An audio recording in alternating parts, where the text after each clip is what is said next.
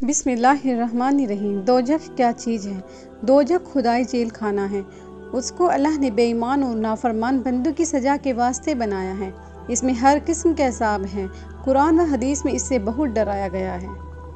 इसमें सांप, बिच्छू, हथकड़ियाँ और जंजीरें वगैरह सब आग की हैं, और उसकी आग दुनिया की आग से ऐसी तेज़ है कि अगर वो सुई के सुराख के बराबर दुनिया में लाई जाए तो सारी दुनिया जलकर खाक हो जाए।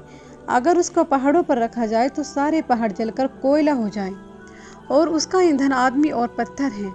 इससे बचने के लिए अल्लाह ताला ने बहुत ताकीद फरमाई है। इसलिए हर आदमी को चाहिए कि इससे बचने की कोशिश करे। अपनी औलाद, बीवी, रिश्तेदार और मुसलमानों को, बल्कि काफिरों को भी इससे बचने की कोशिश करें। दीन का इल्म सीखें और अपनी औलाद को भी सिखाएं। आलिमों से दीन की बातें पूछकर अमल करें। दोजख कहाँ पर है?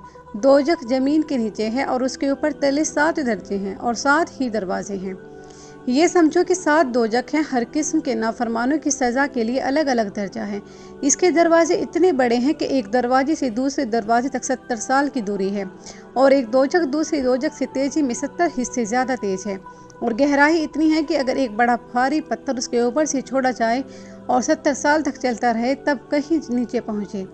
बेईमान और नाफरमान लोगों को फरिश्ते दोजख में इस तरह घसीट कर ले जाएंगे, उनके मुंह में जंजीरें डालकर प्राइवेट जगह से निकालेंगे, और हर एक नाफरमान और बेईमान को उनके पीर शैतान के साथ दोजख में डाल देंगे।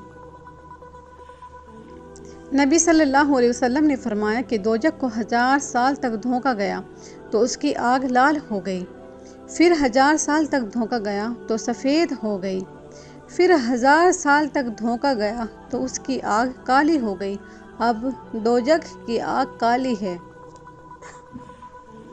दुनिया की आग दोजख की आग से 70 हिस्से ज़्यादा है।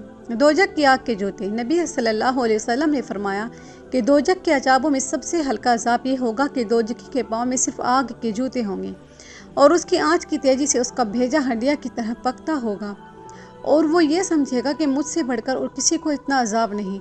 सांप दोजख में ऊँट जैसे हैं। अगर एक सांप एक दफ़ा काट ले तो 40 साल उसकी जलन रहेगी। और बिच्छू खच्चर जैसे हैं। अगर वो बिच्छू एक दफ़ा डंक मारे तो दोजखी 40 साल तक तड़पता रहेगा। या अल्लाह हम सबको दोजख की आग से बचा ले, आमीन। दोजख का एक बड़ा भारी सांप। नबी सल्लल्लाहु अलैहि वसल्लम फरमाते हैं, क़यामत के दिन एक सांप दोजख से निकलेगा। उसका नाम जरलेस है। उसका सर 7वें आसमान पर होगा और उसकी दुम 7वें ज़मीन के नीचे होगी। जिब्राइल उससे पूछेंगे कि तू दोजख से बाहर क्यों आया है? सांप कहेगा कि मुझे मोहम्मद सल्लल्लाहु अलैहि वसल्लम की उम्मत से 5 किस्म के आदमी लेने हैं। पहला, नमाज न पढ़ने वाला। दूसरा, ज़कात न देने वाला। तीसरा, सूद लेने वाला। चौथा, शराब पीने वाला। पाँचवा, मस्जिद में दुनिया की बातें करने वाला।